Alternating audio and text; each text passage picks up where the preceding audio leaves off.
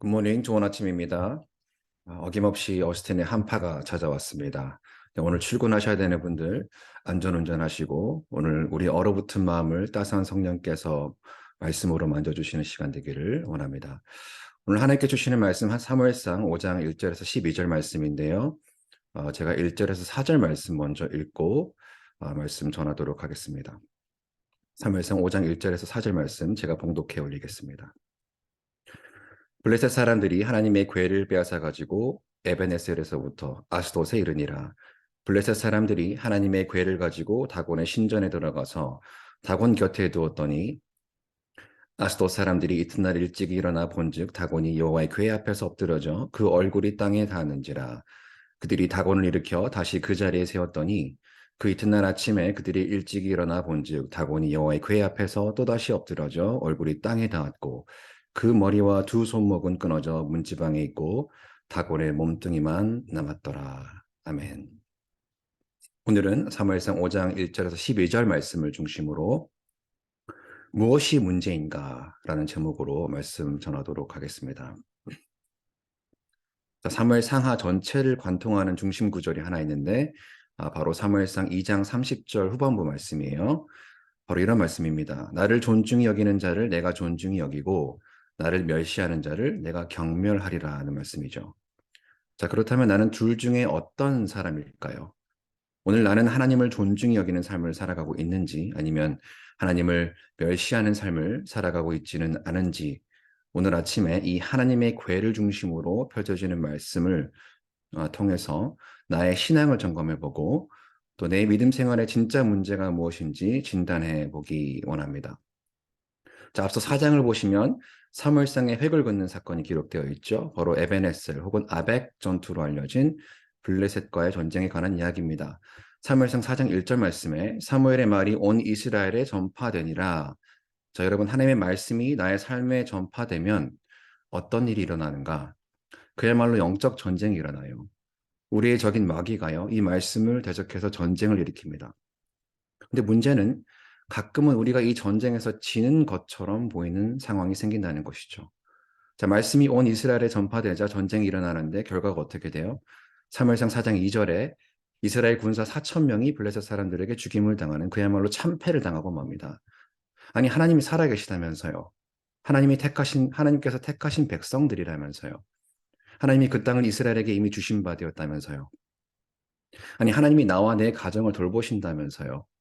하나님께서 친히 우리를 택하시고 구원하셨다면서요. 어떻게 이런 수치와 고난을 주실 수가 있습니까? 자, 말씀이 우리의 삶에 선포되었는데 우리의 삶은 정작 위기로 가득 찹니다. 나의 믿음 생활에 위기가 오기 시작해요. 야, 위기가 오면 어떻게 하냐?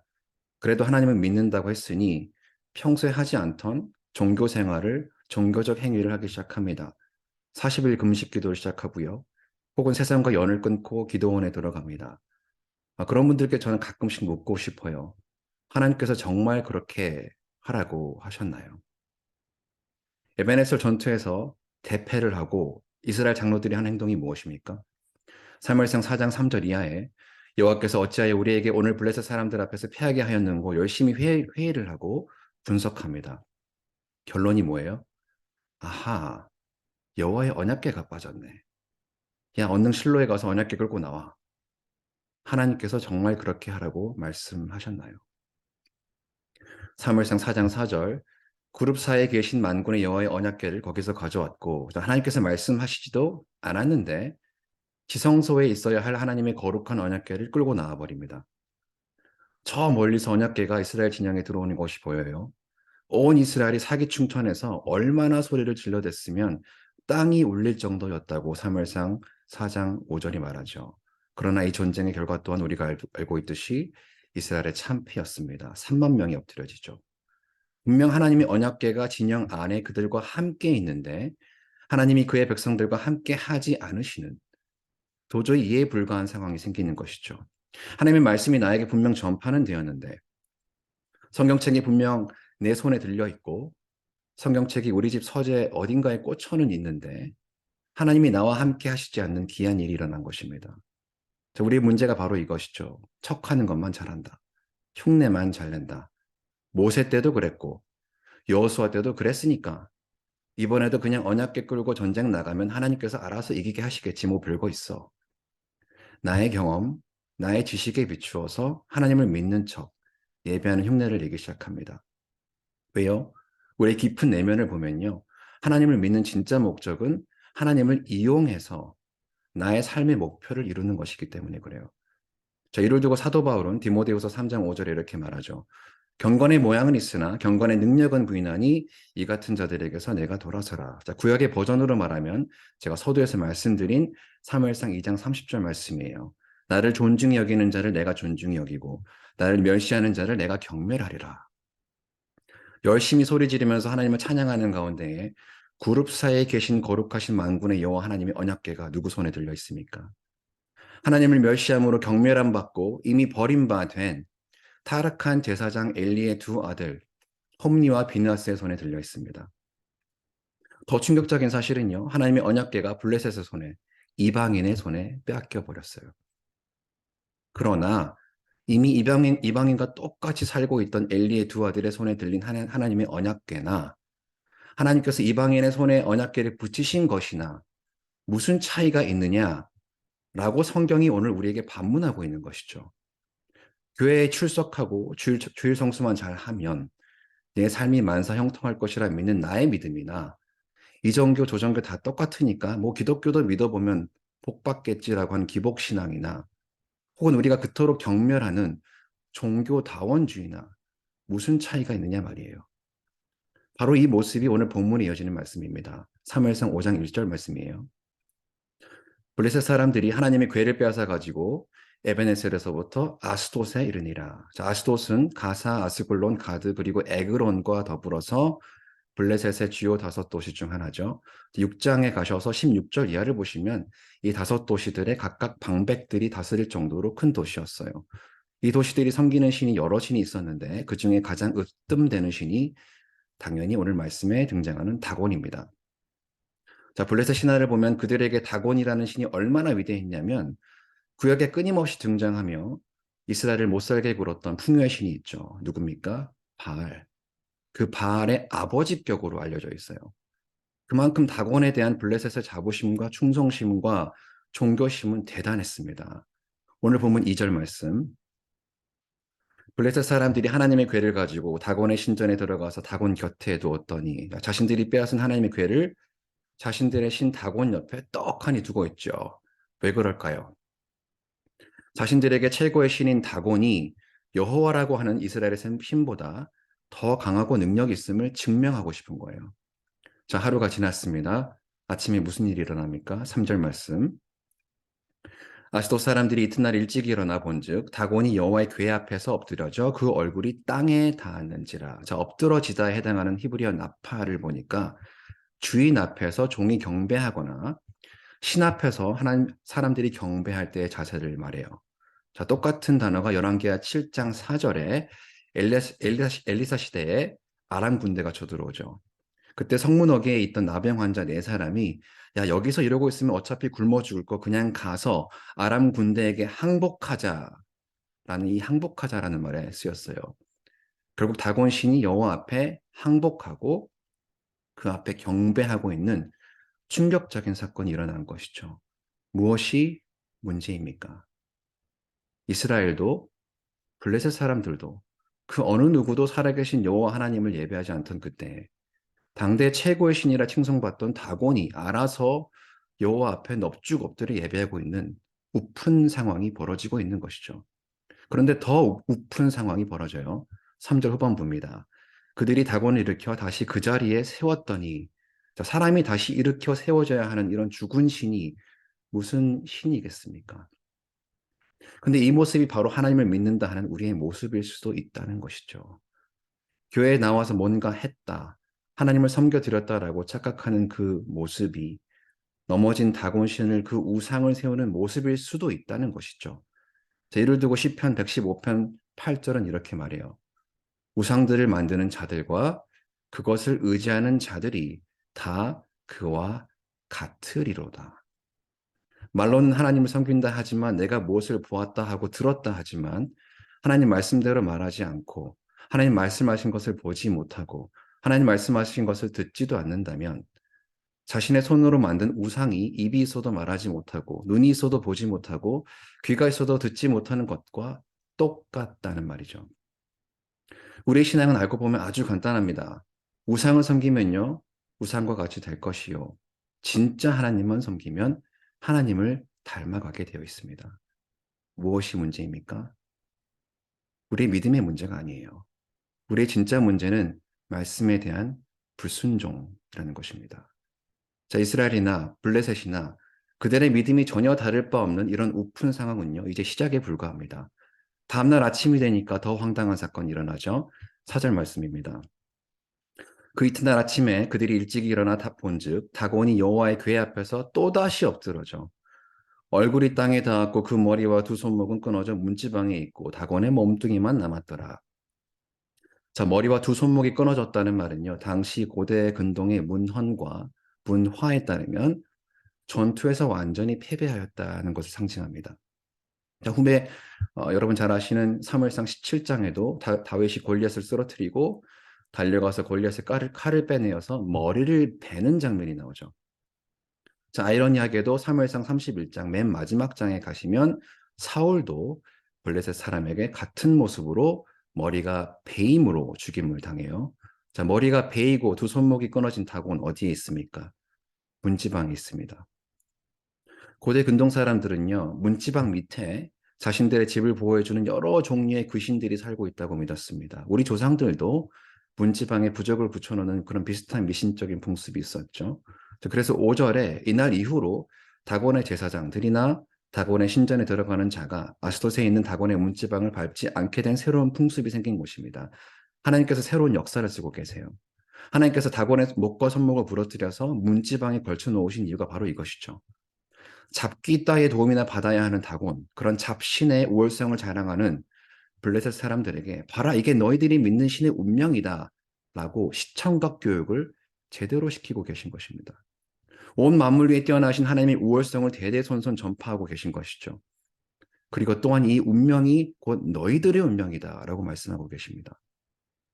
나를 멸시하는 자를 내가 경멸하리라 하신 사무엘상 말씀을 증명하시는 것이고요.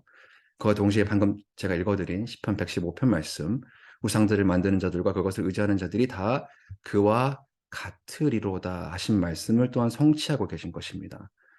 자, 하나님을 멸시한 블레셋 사람들이 어떻게 다곤과 똑같이 경멸함을 받는지, 어떻게 그들의 운명이 자신들의 우상 다곤과 똑같아졌는지 이어지는 말씀에 함께 보기 원합니다. 6절 말씀이에요. 여호와의 손이 아스돗 사람에게 엄중히 더하사 독한 종기의 재앙으로 아스돗과 그 지역을 쳐서 망하게 하니, 자, 여기서 독한 종기 혹은 독종이라고 번역된 히브리어를 보니까 눈으로 보기에도 아주 흉측한 그런 외부 질환을 통틀어서 말하는 말입니다. 사무엘상 6장 4절에 가보시면 블레셋 사람들이 아주 혼쭐이 나고 여호와에게를 돌려보냅니다. 그러면서 속건제를 드리기로 하죠. 그 속건 제물로 금 독종 5과 금쥐 5마리를 취하고 있어요. 자, 이로 봤을 때 오늘 본문의 독한 종기의 재앙은요, 하나님께서 감염된 쥐를 보내셔서 그로 인한 패스트를 전염시킨 것으로 볼 수 있습니다. 때문에 히브리어 성경을 헬라어로 번역한 70인역을 보시면 오늘 본문 6절에 온 지역에 쥐가 창궐하게 하셨다라고 덧붙이고 있어요. 6절 후반부에 하나님께서 아스돗을 쳐서 라는 말의 원어적인 의미는요, 훨씬 셉니다. 쳐 부수심으로, 깔아 뭉개심으로 이런 뜻이에요. 말 그대로 자신들이 섬기던 다곤과 똑같은 운명에 처하게 된 것이죠. 어떻게 해요? 독종으로 인해서 완전히 깔아 뭉개진 것입니다. 7절 말씀입니다. 아스돗 사람들이 이를 보고 이르되 이스라엘의 신의 궤를 우리와 함께 있지 못하게 할지라 그의 손이 우리와 우리 신 다곤을 친다 하고, 블레셋 사람들이 하나님의 살아계심과 능력을 처음으로 인정하고 시인하고 있습니다. 그러나 그들에게 중요한 것은요, 이 비밀이 외부로 새어나가면 안 돼요. 자기들은 비록 진실을 알지언정 블레셋 외부로 이 사건의 모든 서사가 유출되면요, 자신들이 최고로 여기는 다곤 신의 영광과 위상이 완전히 실추되는 꼴이 되는 것이죠. 자, 아까 블레셋 주요 도시 5개가 있다고 말씀을 드렸죠. 자, 이제 이 여호와 궤를 그들 도시로 하나하나 차례차례 넘기기 시작합니다. 자, 이 부분을 그냥 읽고 넘어가기 쉬운데 왜 블레셋 사람들이 여호와의 교회를 자신들의 주요 도시로 옮기기 시작했을까 하는 의문을 던져볼 필요가 있어요. 자, 이들의 목적은 하나입니다. 이 모든 사건과 재앙이 그저 우연이더라만 증명하면 돼요. 자, 그렇다면 방법이 무엇일까요? 블레셋 내부적으로 검증을 통해서 시쳇말로 입틀막 하면 됩니다. 입을 꽉 틀어 막으면 돼요. 그래서 다음날 아침 블레셋 특보에 혹은 뉴스에 여호와의 궤 우리 신 다곤을 넘어뜨렸으나 그저 우연인 것으로 드러나 라는 헤드라인만 집어넣으면 돼요. 그러면 다곤 신의 영광도 보존할 수 있고 주변 국가에도 그렇게 소문이 퍼져서 일종의 해프닝으로 끝난 것으로 일단락되는 것이죠. 따라서 다곤이 여전히 여호와보다 월등하다라고 우겨도 큰 문제가 없는 상황이 생기는 것입니다. 자, 8절에 이제 여호와의 궤가 아스돗에서 가드로 옮겨집니다. 결과가 무엇입니까? 9절에 아스돗에서 그랬던 것처럼 가드에서도 여호와의 손이 심히 큰 환난을 그 성읍에 더하사 성읍 사람들의 작은 자와 큰 자를 다 쳐서 독한 종기가 나게 하신지라. 자, 블레셋 사람들이 당황하기 시작해요. 어라, 이게 아닌데. 뭐 한두 번 정도 우연의 일치가 있을 수 있지. 그래서 이번에 10절에 하나님의 궤를 에그론으로 보냅니다. 결과가 무엇입니까? 에그론 사람들이 부르짖기 시작해요. 이스라엘 신의 궤를 우리에게로 가져다가 우리와 우리 백성을 죽이려 한다 하고 11절 말씀. 이에 사람을 보내어 블레셋 모든 방백을 모으고 이르되 이스라엘 신의 궤를 보내어 그 있던 곳으로 돌아가게 하고 우리와 우리 백성이 그 있던 곳으로 돌아가게 하고 우리와 우리 백성이 죽임당함을 면하게 하자 하니 이는 온 성읍이 사망의 환난을 당함이라. 거기서 하나님의 손이 엄중하심으로, 자, 앞에 두 도시들보다 이곳 에그론에 더욱더 큰 하나님의 맹렬한 진노가 임한 것을 뜻하죠. 자, 한두 번은 뭐 우연이라 치겠는데 3세판이라고 3번 연속으로 똑같은 일이 일어나니까 블레셋 입장에서도 이젠 더 이상 우연이라고 우기면서 유야무야 넘기기에는 너무 확실한 증거가 생겨버린 것이에요. 12절 말씀입니다. 죽지 아니한 사람들은 독한 종기로 치심을 당해 성읍의 부르짖음이 하늘에 사무쳤더라. 자, 언어적인 의미는요. 꼭대기까지 올랐더라 이런 말이에요.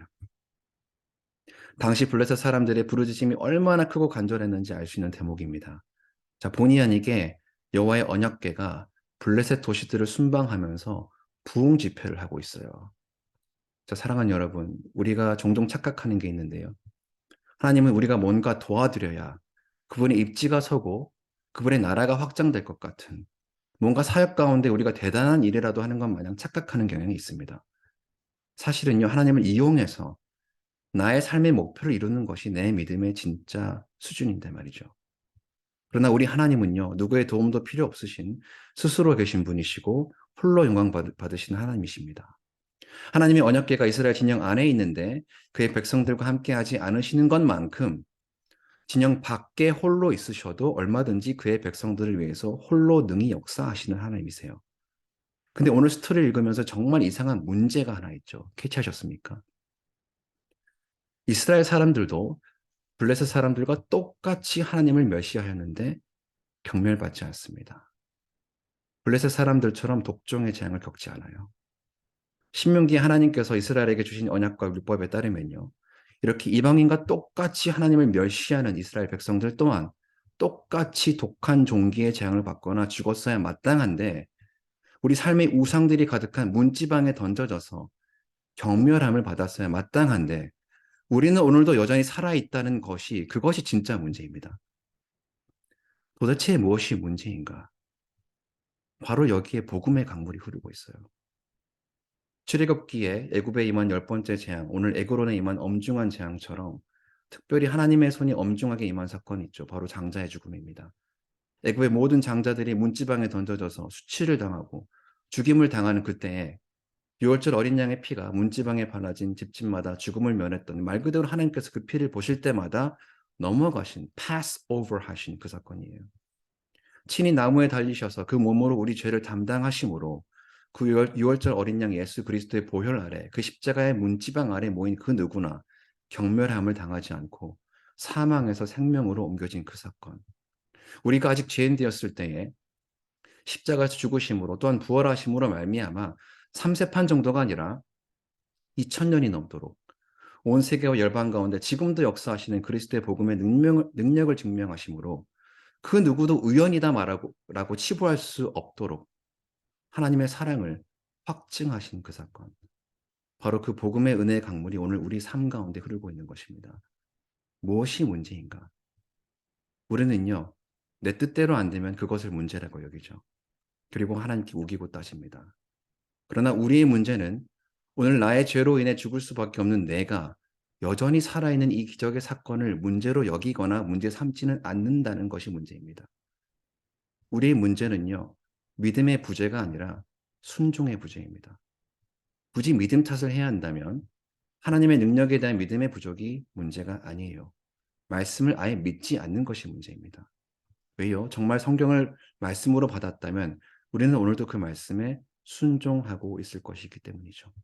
오늘 우리가 붙들어야 할 것은 하나님께서 말씀하시지도 않았는데 죄가 가득한 나의 더러운 손으로 언약궤를 들어서 내 기도 제목 리스트에 떡하니 갖다 놓고 승리를 기원하는 어떤 종교적이고 도덕적인 규례가 아니라 십자가를 통해서 우리에게 말씀하신 이 복음의 은혜, 바로 그 복음의 능력인 줄 믿습니다. 사랑하는 여러분, 오늘 하나님의 말씀을 존중히 여기시기 바랍니다. 그 말씀에 순종하시기를 결단하시기 바랍니다. 그래야 해서 오늘 세상으로 일상으로 나아가실 때에 어디에 계시든지 십자가 복음의 은혜와 강물이 바로 그곳에 흘러감으로 하나님의 살아계심과 역사하심을 증명하는 삶을 살아내는 저와 여러분 되기를 축원합니다. 기도하겠습니다. 거룩하신 하나님, 하나님의 말씀을 멸시하면서도 내가 하나님을 존중히 여긴다 했던 나의 교만을 용서하여 주시옵소서. 내 삶의 종교적인 규례만 붙들고 하나님의 교만 내 인생에 갖다 놓으면 내 문제가 다 해결될 것이라 믿었던 나의 우상의 제단과 신전을 완전히 무너뜨려 주시옵소서. 문지방에 던져져서 죽었어야 할 나를 어린 양 예수 그리스도의 보혈의 문지방 아래 숨기시고 살리시고 구원하신 그 놀라운 십자가의 은혜와 능력을 오늘 내 삶을 통해서 증명해내도록 성령 하나님 나를 사용하여 주시옵소서.